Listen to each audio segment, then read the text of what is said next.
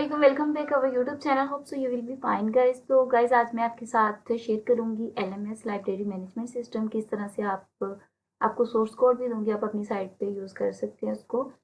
तो free of cost है। आपको मैं बताती हूँ किस तरह से मैं इसका लिंक डिस्क्रिप्शन में दे दूंगी। तो बताती हूँ कैसे आप इसको डाउनलोड कर सकते हैं अपनी साइट पे। तो यहाँ पर आपने जाना है, मैं आपको इसका लिंक दिया होगा, यहाँ पर आप लोगों ने क्लिक करना है और यहाँ पर डाउनलोड जिप फाइल में क्लिक करना है। जैसे आप लोग डाउनलोड जिप फाइल में क्लिक करेंगे तो ये विद इन फ्यू सेकेंड्स में ये डाउनलोड हो जाता है। तो अब मैं आपको दिखाती हूँ, ये डाउनलोड हो चुका है। तो मैं इसको फोल्डर में ओपन करती हूँ। तो ये देखिए ऑलरेडी मैंने इसको एक्सट्रैक्ट करके रखा हुआ है। तो इसको मैं एक एलएमएस के अंदर यहाँ पर इसको मूव कर दूँगी। एलएमएस वेबसाइट के नाम से मैंने एक फोल्डर क्रिएट करके रखा हुआ है, इसमें मूव कर दूँगी। तो ये देखें, इसके ऊपर आपने एक्सट्रैक्ट हेयर पे क्लिक करना है। ये वाला फर्स्ट वाला मैं रिमूव कर देती हूँ और आप लोगों ने एक्सट्रैक्ट हेयर पे क्लिक करना है। आई थिंक ये पहले वाला ही है, इसको भी मैं रिमूव कर देती हूँ। और अभी जो डाउनलोड किया है उसको मैं इसके अंदर ऐड करती हूँ।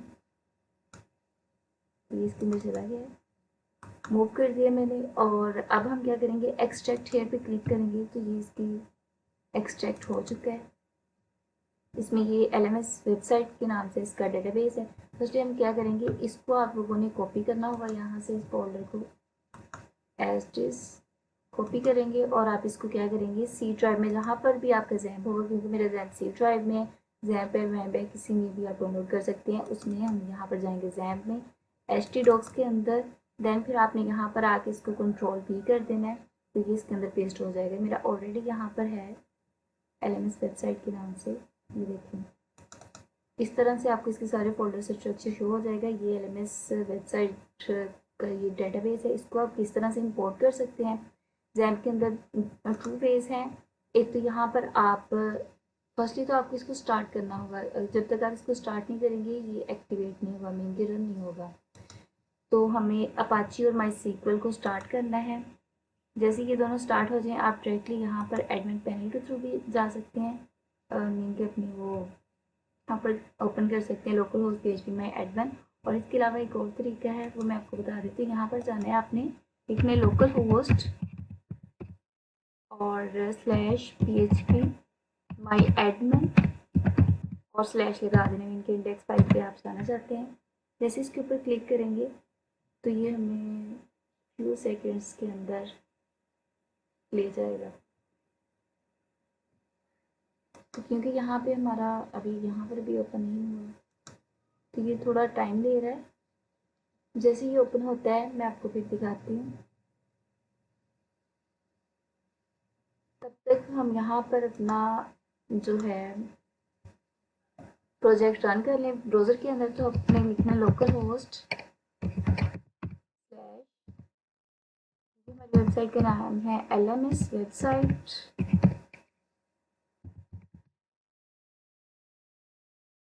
ओपन करेंगे फोल्डर को और मैं आपको बता देती किस तरह से आप इसको ओपन कर सकते हैं। यहाँ पर जाएंगे, ओपन फोल्डर पे क्लिक करेंगे और इसमें जो है आपका सी ड्राइव में हम जाएंगे, जैम पे HTTOX के अंदर और यहाँ पर LMS वेबसाइट पे क्लिक करेंगे। टेक्स्ट फोल्डर किया और जैसे हम टेक्स्ट फोल्डर करेंगे यहाँ पर ओपन हो जाएगा हमारा फुल फोल्डर स्ट्रक्चर। तो ये रीडमी फाइल है। यहाँ पर मैंने पासवर्ड दिया हुआ है वीडियो स्टडी टिप 1 2 3। यहाँ से हम ये वाला कॉपी करेंगे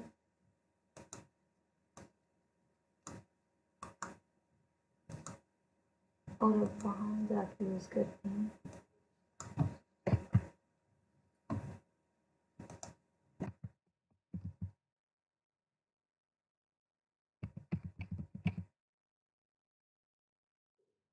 तो ये वाली जीमेल है वीडियो स्टडी टिप पे, और यहाँ पर हम इसका पासवर्ड लगाएंगे और इसको लॉगिन पे क्लिक करेंगे। तो अब फॉरगेट पासवर्ड पे जाते हैं, मिल लेंगे वीडियो स्टडी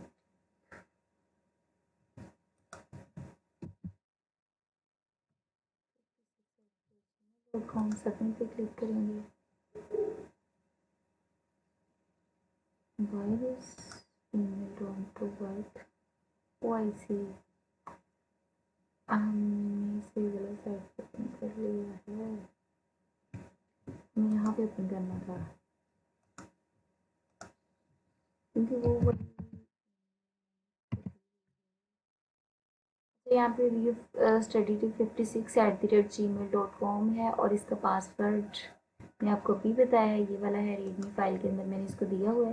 इसको आपने कॉपी करना है और यहाँ पर जाकर पेस्ट कर देंगे। जैसे इसके ऊपर क्लिक करेंगे तो ये हमें इसका होम पेज नज़र आ रहा है जिसमें डैशबोर्ड है, इसमें बुक मैनेजमेंट है, ऐड न्यू बुक कर सकते हैं आप, न्यू बुक का कोई भी नाम रखेंगे आप, जैसे कि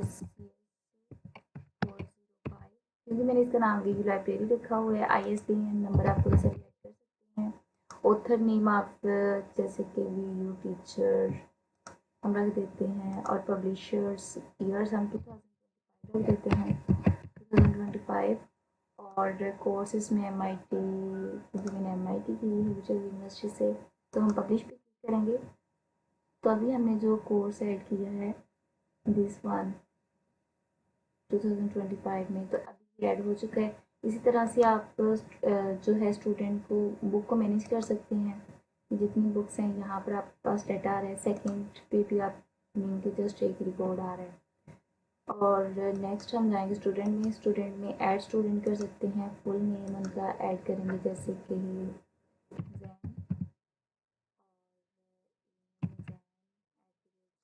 कॉम और फ़ोन नंबर में ऐसे समथिंग कुछ भी आप ऐड कर सकते हैं रैंडमली।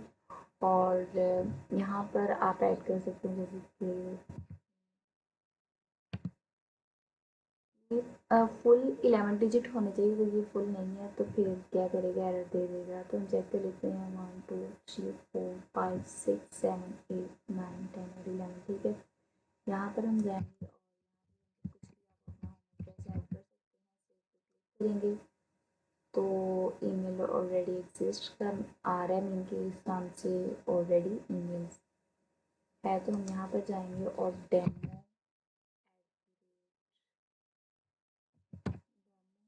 @ और हम और gmail.com हम यहाँ पे राइट डाउन करेंगे। यहाँ पर हम फुल नेम ऐड कर लेते हैं कुछ भी,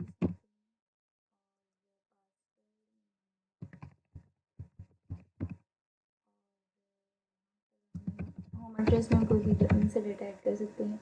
सेव पे क्लिक करेंगे तो डेटा हमारा ऐड हो चुका है, अभी जो हमने ऐड किया है। नेक्स्ट हम स्टूडेंट को मैनेज कर सकते हैं, तो वो चेक कर सकते हैं यहाँ पर। और यहाँ पर हम बुक लॉन में जाएंगे, ऐड न्यू बुक कर सकते हैं, मतलब कोई बुक आप ऐड करना चाहते हैं, जैसे कि आप इस वाली बुक का लोन पे लेना चाहते हैं। स्टूडेंट यहाँ पर अभी जो हमने ऐड किया था वो चेक कर लेते हैं और यहाँ पर इसकी डेट बताएंगे, लोन की डेट क्या होगी। आज है 17 आई थिंक सो 17 है और 2025 लिखना था।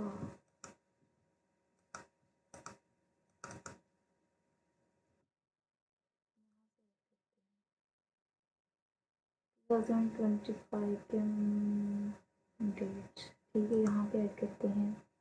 हम नेक्स्ट मंथ में मीन 7 और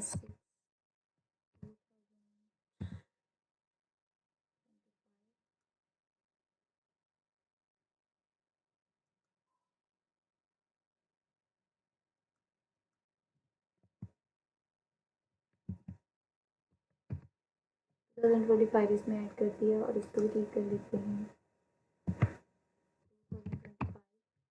इस जून में ख़त्म होगा, मीन कि इसकी एक्टिवेट होगा, तो एक्टिवेट देखिए अभी रिटर्न नहीं किया। जैसे ये टाइम गुजर जाएगा ये इनएक्टिव हो जाएगा। तो आप एडिट भी कर सकते हैं कि यहाँ पर स्टूडेंट का नाम चेंज कर देते हैं।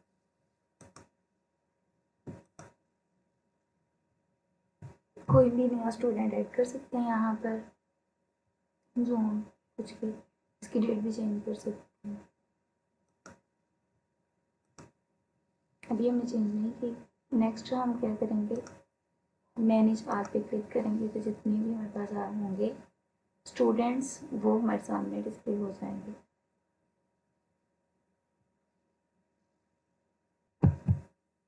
नेक्स्ट हम सब्सक्रिप्शन प्लान पे जाते हैं। प्लान्स पे क्लिक करेंगे तो आप कोई भी प्लान ऐड कर सकते हैं। सपोज हम बेसिक ऐड कर सकते हैं, बेसिक, और नेक्स्ट इसकी अमाउंट ऐड कर सकते हैं 4000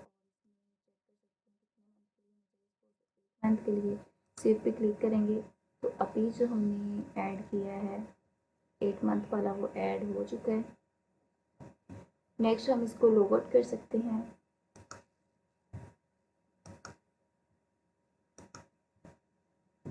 इसको हम लॉग आउट कर सकते हैं। जैसे लॉग आउट पे क्लिक करेंगे, लॉगिन करेंगे, नेक्स्ट हम क्या कर सकते हैं, इसको यहाँ पर प्रोफाइल पे जा सकते हैं, इसमें कुछ चेंजिंग कर सकते हैं। सेव पे क्लिक करेंगे, नेक्स्ट हम क्या करेंगे, यहाँ पर आएंगे, चेंज पासवर्ड पे क्लिक कर सकते हैं। चेंज पासवर्ड पे यहाँ पे न्यू पासवर्ड, करंट पासवर्ड आप इसके ऊपर कर सकते हैं, यानी कि फ्री फंक्शनल सपोर्ट करता है। नेक्स्ट आप इसको लॉग आउट कर सकते हैं। लॉग आउट पे क्लिक करेंगे तो ये इंडेक्स फाइल पे ले आएगा। मीन के लॉगिन पे, जैसे लॉगिन पे क्लिक करेंगे तो ये लॉगिन हो जाएगा। अगर हम इसको फॉरगेट पासवर्ड पे जाते हैं तो यहाँ पर आपको ईमेल ऐड करनी पड़ेगी, जैसे कि सबमिट में क्लिक करेंगे तो यहाँ पर हमें एक वेरिफिकेशन कोड ऐड करना पड़ेगा। अभी ये थोड़ा सा टाइम ले रहा है।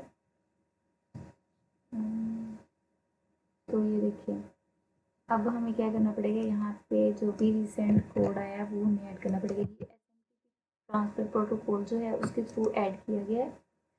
तो अगर वो आपको आता है तो आप इसमें अपनी वो ईमेल वगैरह चेंज करने, क्योंकि मैंने इसमें ईमेल जो ऐड की हुई है वो मैं चेक करती हूँ यहाँ पर जाकर। यहाँ पर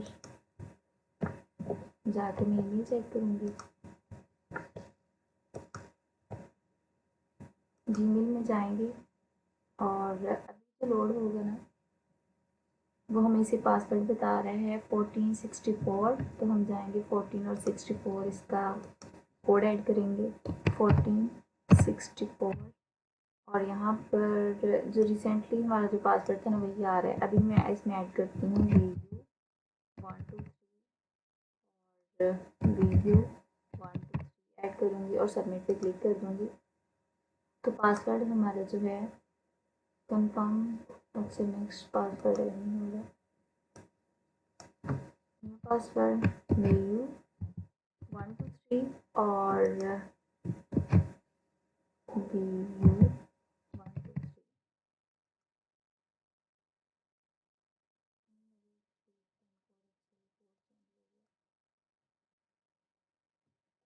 हाँ वो था, लेट मी चेक, कोड था 1464।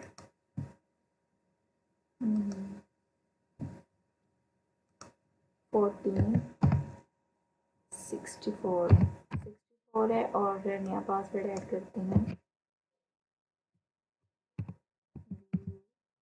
123। सबमिट पे क्लिक करते हैं। हैज़ बीन रीसेट सक्सेसफुली आ गया है। तो अभी हम चेक करते हैं, पासवर्ड हमारा चेंज हो चुका है। अब हम लॉगिन पे क्लिक करेंगे और यहाँ पर हम पासवर्ड चेंज कर देंगे। अभी 123 और लॉगिन पे क्लिक करेंगे तो ये देखें पासवर्ड हमारा चेंज हो चुका है। इस तरह से आप चेंज भी कर सकते हैं। और यहाँ पर हम जाएंगे, दोबारा मैं आपको पासवर्ड बता दूँ, पासवर्ड यही है और इसी को मैं दोबारा सेट करने लगी हूँ। ये है यहाँ से और यहाँ पर जाऊँगी और इसको करेंगे हम लॉग आउट और यहाँ पे फॉरगेट पासवर्ड में दोबारा जाती हूँ। यहाँ पर स्टडी सबमिट पे क्लिक किया।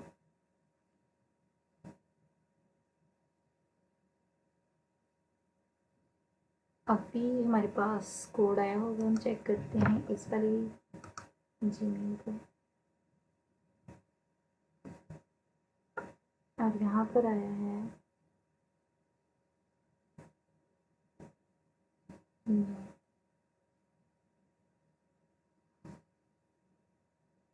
1464। लेट मी चेक, मैं बाद में से देखती हूँ। फर्स्टली मैं आपको बता दूँ कि हम लोग यहाँ पर जाएंगे,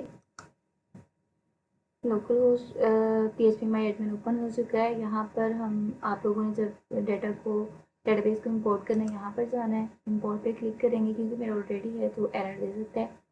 तो यहाँ पर आपने चूज़ फाइल पे जाना है और अभी हमने इसको रखा था C ड्राइव में, जैन के अंदर और HTDocs के अंदर, और यहाँ पर LMS वेबसाइट के अंदर, यहाँ पर था हमारा दिस वन। LMS वेबसाइट के नाम से डेटाबेस ओपन करेंगे और यहाँ पर आपने जस्ट आना है और इंपोर्ट पे क्लिक कर देना है। तो मेरा एरर देना क्योंकि यहाँ पे मेरा ऑलरेडी है LMS वेबसाइट के नाम से, ये देखें। तो यही एरर दे रहा है कि डेटाबेस ऑलरेडी है, नो डेटाबेस एक्टिव। तो आप इसको यूज़ कर सकते हैं अपनी वाली साइट पे। अगर आप कोई भी कंफ्यूजन हो आप कमेंट सेक्शन में पूछ सकते हैं, मैं इसका रिस्पॉन्स दे दूँगी। तो आप इजीली इसको डाउनलोड करके यूज़ कर सकते हैं। तो होप सो ये वीडियो आपके लिए हेल्पफुल हो। तो don't forget to subscribe my channel. तो फर्स्टली मैं आपको ये बता दूँ कि ये जो साइड है ना, यहाँ पर ये HTML5 में, CSS3 में, Bootstrap 5 में, जावास्क्रिप्ट है, PHP और MySQL में, PHP कोड जो भी फंक्शनैलिटी है वो सब इसमें एडेड है। Don't forget to my channel. तो मिलते हैं फिर नेक्स्ट वीडियो में। अल्लाह हाफिज़।